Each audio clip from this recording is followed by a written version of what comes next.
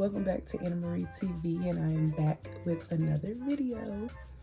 So today, y'all, I'm gonna help you quarantine in the best style you can with a new wig.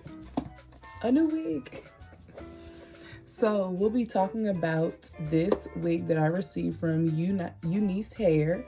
It is on Amazon, and they have like a regular website that you can order their hair from. They do wigs, weaves, bundles, everything, closures, frontals, all that. And I kind of partnered up with them to get this new wig. It was a 22-inch deep wave, kind of like the curlier hair, but this is the box that it came in. Y'all, when I tell you their shipping is amazing. I think I ordered this wig on like a Monday. I received this wig on like Wednesday morning. Like, it was like super quick. Y'all, please don't mind my lip. I bit my lip real bad, and the swelling's still trying to go down. So yeah, but anyways, so back to the wig. So when I first got it, it came with 2 wig caps, and it came in like a cute little bag. Basically, like, it comes with all their instructions and directions on how to take care of the hair. Since it is curly, you know, treat your extensions like your own hair. Basically what everything says. They did give me a coupon code, and I will have that in the description box below so you can use when you buy this hair. I had already installed it, which I will leave pictures, probably right there and up there. Boom. And if you follow me on Instagram, you probably saw that I already wore this hair, but this is the hair right now. It's just been washed. It's really pretty. I mean, it's like, for curly hair, and I'm not really a curly hair person, for curly hair, I will say I did not get a lot of shedding.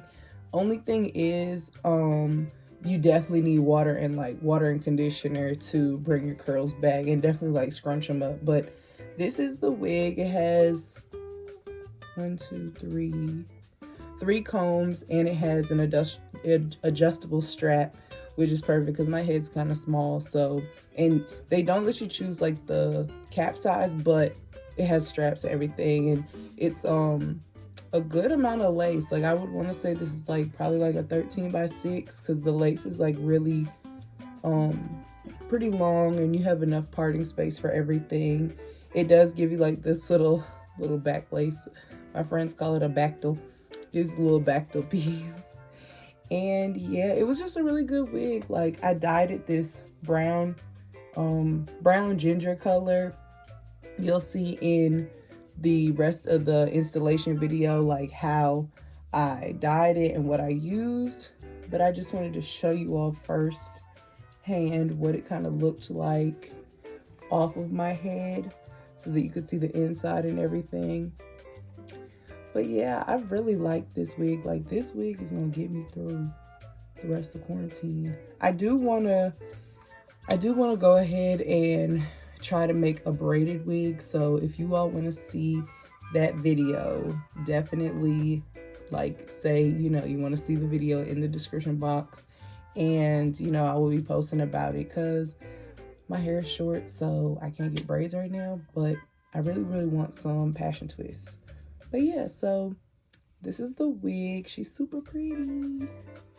And it is wet right now, but like, look how, like, I know you can't like tell how soft, but it's so soft. Like, it's just like super soft and bouncy, and like, this was a good wig, y'all. A good wig. And it was an easy install. The lace wasn't too thick, too you know, thin or anything like that. It was just like a really good wig to throw on. I think I want to say I paid like $94 for the 22-inch. I had originally wanted the 24, but the 24 was going to take, I think, a week to ship, and I didn't have time for that because I was going somewhere and I needed a wig. But definitely keep watching the rest of the video if you want to see how I dyed and how I installed this wig, how I dyed and installed this wig. Thank you. All right, y'all, so there I am. And I'm just showing you like this is the hair straight out of the pack. Well, out of the box, not the pack. It's not a pack. Anyways, yeah, this is just the hair. I'm just showing you how it looks straight out of the box. And I'm about to get ready to dye it. And I'm just showing you the 2 dyes that I used. I ended up not actually getting these colors, but I used this ginger red color from Color Silk, and then I used 2 packs of the Creme of Nature hair dye in like a honey blondes to get this color. So yeah, you know, just keep watching. I did like mix the colors off camera, so you'll see me applying the dye now. It's basically like with any dye, you just put the developer and the color in there together. Don't mind my face. I don't know why I look so stank right now. Anyways, so it had been a long day, and y'all, please don't mind my voice. I'm a little sick right now. Anyways, yeah, so I'm just dyeing the hair. Make sure you really get the color through the hair is one thing, especially with box dyes and wigs. If you're not gonna go and bleach it and like do a what's it called, watercolor, if you're not gonna do like a watercolor dye, make sure you really get the hair get the dye through there all the way to the roots, but make sure you do not touch the actual lace, because you don't want to dye your lace any color. Now, I have not bleached the knots on this just yet. I will do that further in the video.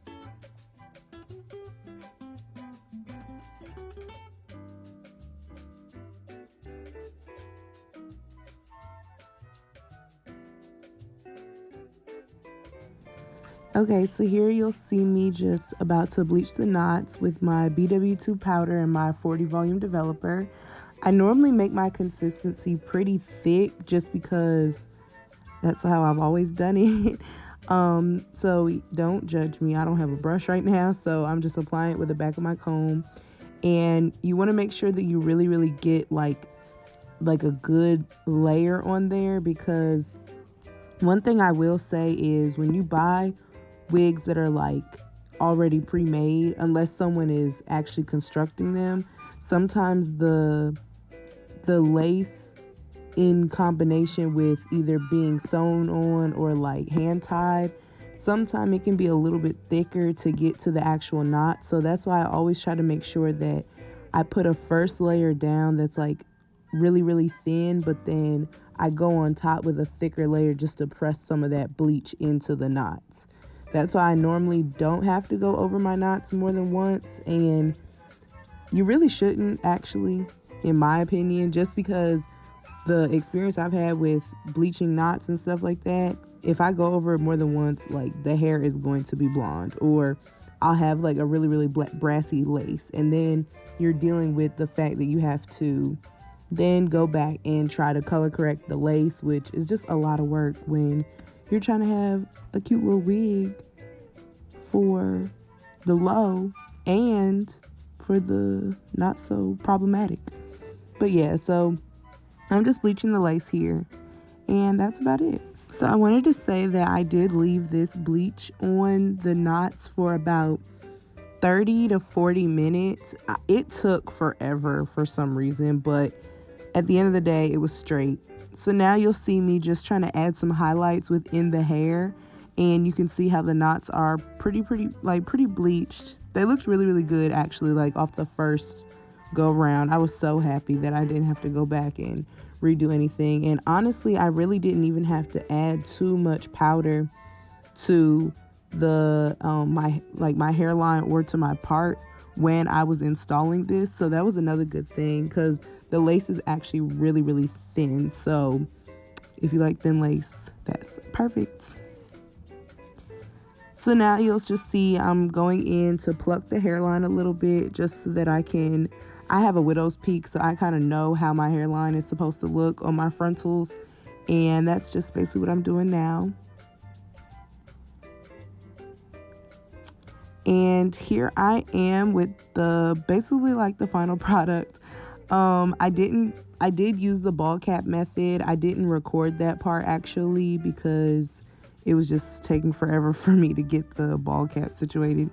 But here I am just holding the wig down. I used my Eben 24-hour hold glue. It is very white, so if you use this glue, just make sure you have the correct powder to cover it up, because you are going to need a powder or a foundation, definitely. So I'm just melting my lace a little bit. Not a little bit, just melting my lace. Just melting my lace, trying to make sure everything is on, secure. That was another great thing. If you do get this glue, this wig literally lasted me a whole pool party. And then I went to the beach that following, like 2 days after, and I never had to reinstall my wig. Like, all I did was put my ear tabs down a little bit, but literally I did not have to go back and reinstall my whole wig because it was just that perfect. Also, I will say that it was easy to pluck. As you can see, like, don't judge me. I did pluck to my hairline, and I'm also cutting to my hairline, my liking. I know some people like to wear their wigs like hats, but personally, I don't like to do that. Also, I know that, like, sometime, I don't know, I just don't like when my wig is too far down on my face. If my wig is too far down, I just feel just bad. But yeah, there's my mother. She is taking her scissors back from me because she doesn't want me to be great. She doesn't. But yeah, so I'm just cutting my lace off, and you will see that I will blend it out in a second.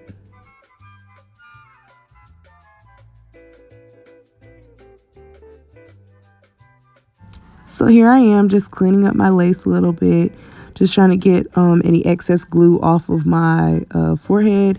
As you can see, it is still very white. I literally almost had a heart attack when I saw this, but you know what? My handy dandy powder and foundation combo came in. There she go. Boom. Yup. I went in with my powder and my foundation and just covered it up because, listen, y'all, I didn't have time to be dealing with no white lace and trying to take it off, and like, and the thing is that I know it's not me. It's not me. Because I've been using this glue forever, but literally every time I have this exact problem.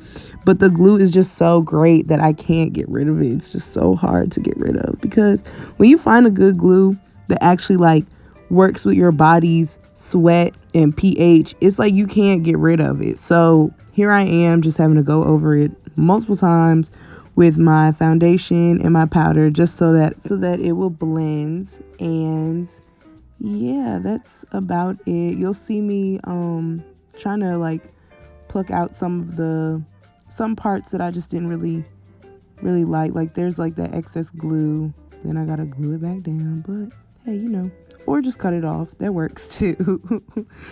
So yeah, like, y'all, I'm not a professional. I just do my wigs to my liking and make sure that they look good on me, because that's all that matters. Here I am taking out some baby hairs. If you know me, you know how much I hate baby hairs, but it was curly hair, so I had to have baby hairs. I felt like, you know, just to keep up with the style of today's age group. So yeah, I'm just cutting out my baby hairs, thinning them out a little bit just because they were a little thick. And you'll see me, I'll just start to kind of swoop them around, and you will see the final look in a minute.